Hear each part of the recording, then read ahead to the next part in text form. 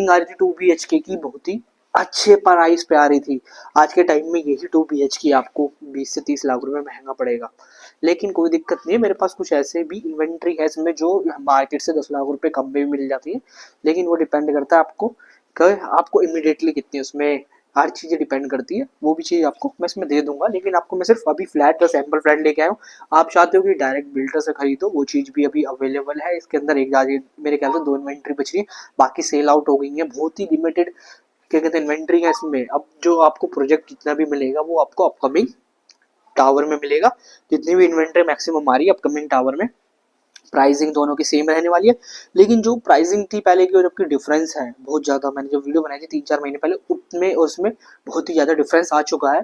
जब मैंने बहुत ही ज़्यादा अच्छी तरह से वीडियो शॉर्ट्स बनाए थे बिना बोले, उस टाइम पे जो प्राइसिंग आ रही थी बहुत ही कम लेवल पे थी। इस टाइम में माई वन कंस्ट्रक्शन नहीं मिल रहा था उस टाइम पे, लेकिन अब जो प्राइसिंग है